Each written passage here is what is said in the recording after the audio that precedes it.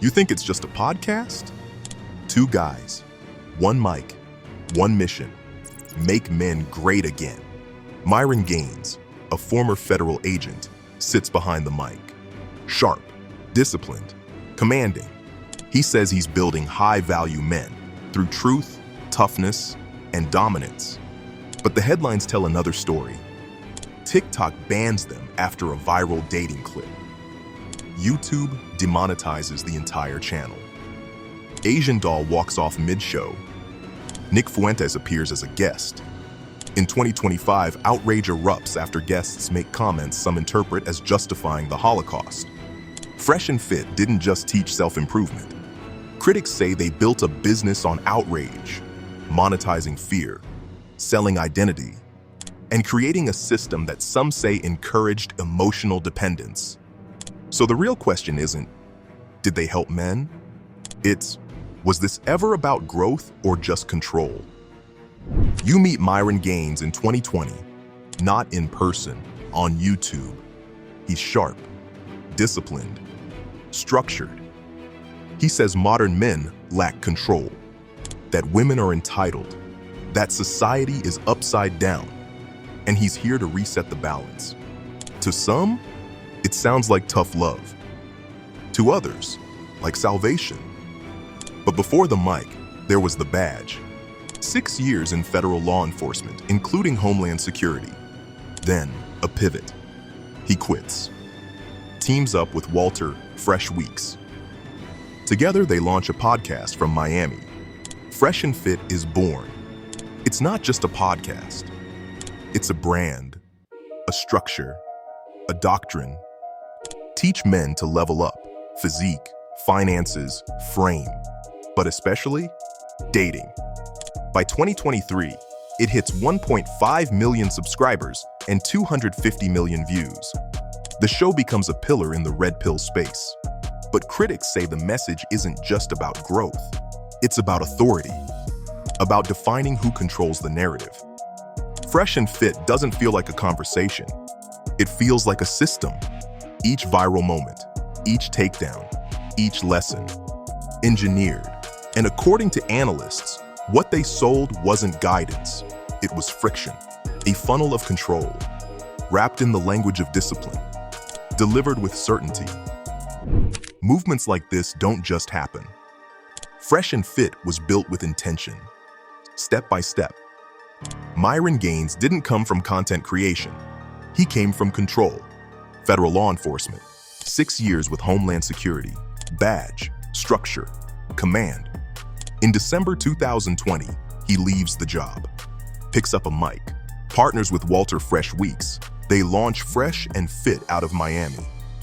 Their mission? Teach men how to win. Fitness, finance, but especially dating. That's where the views and the dollars live. But they don't teach through calm advice. They create conflict. The After Hours format becomes their signature. A rotating panel of Instagram models, loaded questions, and a host who dominates the conversation. It's not coaching, it's confrontation. Myron cuts in, challenges, escalates. Supporters call it truth. Critics call it theater. Still, the impact is real. Viewers take notes, quote lines. Some reshape their outlook based on what they hear. Because to a disillusioned audience, structure sells. By 2023, Myron releases Why Women Deserve Less. The title alone divides opinion. To fans, it's a manifesto. To critics, a provocation. At this point, the subscriber count crosses 1.5 million. But the core message doesn't broaden, it hardens. More control, more dominance, less nuance. Because according to critics, Fresh&Fit wasn't built to grow men. It was built to control them. This wasn't just a podcast, it was a pipeline. Revenue, loyalty, identity. Fresh&Fit didn't just sell advice. Critics say they sold confusion, then offered themselves as the cure. It started with YouTube. Back when the algorithm favored them, income flowed from AdSense, super chats, and stream donations. Clips went viral. So did their earnings. But YouTube was only the entry point. The real engine ran deeper. Myron launched Unplugged Fitness, a suite of dating and discipline courses. DMs on Demand promised to boost your online game. Other modules covered mindset and self-mastery. Then came Castle Club, their premium inner circle, $65 per month or up to $899 annually. Exclusive content, private chats, weekly calls. To fans, it was elite access. To critics, a dependency loop. Then in August 2023, YouTube cuts them off. No more monetization due to repeated policy violations. They pivot fast. The message? Forget the platform, we've got you. They shift to Rumble. Subscriptions start at $5 per month. No filters, less oversight. Supporters call it freedom. Critics call it an echo chamber. And now, something shifts. You're no longer just a viewer. You're a subscriber, a defender, a believer. This isn't just about advice, it's about allegiance. Critics argue the brand doesn't just teach, it embeds. You don't just follow tips, you buy into a worldview. Because leaving isn't just unsubscribing, it's stepping out of a system. Fresh&Fit didn't avoid controversy. They leaned into it. Each headline wasn't a setback, it was fuel. In 2020, a TikTok clip surfaces. Myron talks about women flaking on dates. The video gets removed. Their account gets banned. But the clip spreads even faster. Supporters call it censorship. Critics say it crossed a line. Then 2022 brings more fire. Rapper Asian Doll walks off mid-show after a tense moment. The clip explodes online. Some defend the show. Others call it disrespectful. Later that year, an old segment resurfaces. Myron and Fresh discuss dating preferences using language widely seen as offensive, terms like shaniquas and night riders. They call it personal taste. Social media calls it something else. Then comes 2023. Nick Fuentes, known for polarizing views, appears as a guest more than once. In another episode, Myron dons a costume and makes remarks that some interpret as anti-Semitic. Backlash follows, fast. Commentary channels weigh in. Watchdog groups take notice. Then in August, YouTube demonetizes the entire channel for repeated policy violations. Fresh&Fit frame it as proof they're telling hard truths. For their audience, it lands. Criticism becomes confirmation. Getting banned becomes validation. To fans, it's real and raw. To critics, it's manufactured conflict. Either way, the result is the same: more eyes. Because in this ecosystem, outrage doesn't end the show. It's part of the design. The downfall wasn't sudden. It started with cracks. Take Walter, Fresh Weeks.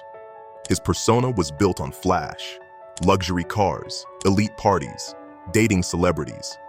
He told stories of flying women to Miami and living the high-value life.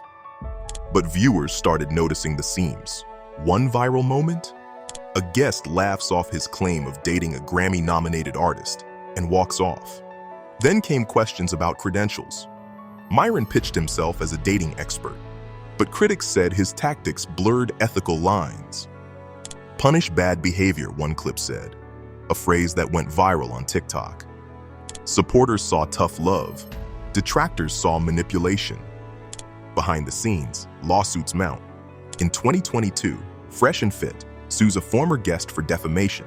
They're later named in multiple defamation countersuits. One case involving another red pill creator drags through 2023, attracting legal commentary online. When YouTube demonetizes them in August 2023, the revenue loss is obvious. But for their audience, it's proof the message is too dangerous for mainstream platforms. The pivot to Rumble isn't just survival, it's a rallying cry. But the numbers tell a different story. Lower views, shrinking reach. Their empire was built on volatility. That same chaos eventually turned inward. Because in the end, Fresh&Fit didn't lose it all in one move. They collapsed under the weight of the very system they engineered. So what was this all really about? Fresh&Fit told their audience to rise up, to lead, to dominate. to become high value, but peel it back. And it looks less like a mission, more like a machine. One designed to trigger loyalty, to spark emotion, and to convert friction into profit. YouTube demonetized them. TikTok banned their account. Even elected officials began to take notice. But the core didn't vanish, because it never lived on platforms. It lived in followers. The ones still watching, still paying, still defending. When content becomes identity, doubt feels like betrayal. Leaving isn't just unsubscribing. It's walking away from a worldview. And Fresh&Fit understood that. That's why the message stayed the same. Why conflict repeated. Why every challenge was framed as weakness. They didn't just aim to help. They aimed to anchor you. So the real question isn't, did they help? It's, what did they sell you? And if this video made you think, subscribe. Because Fresh&Fit might have built the first empire of red pill media. But the next funnel, it's already loading, and someone else is holding the mic.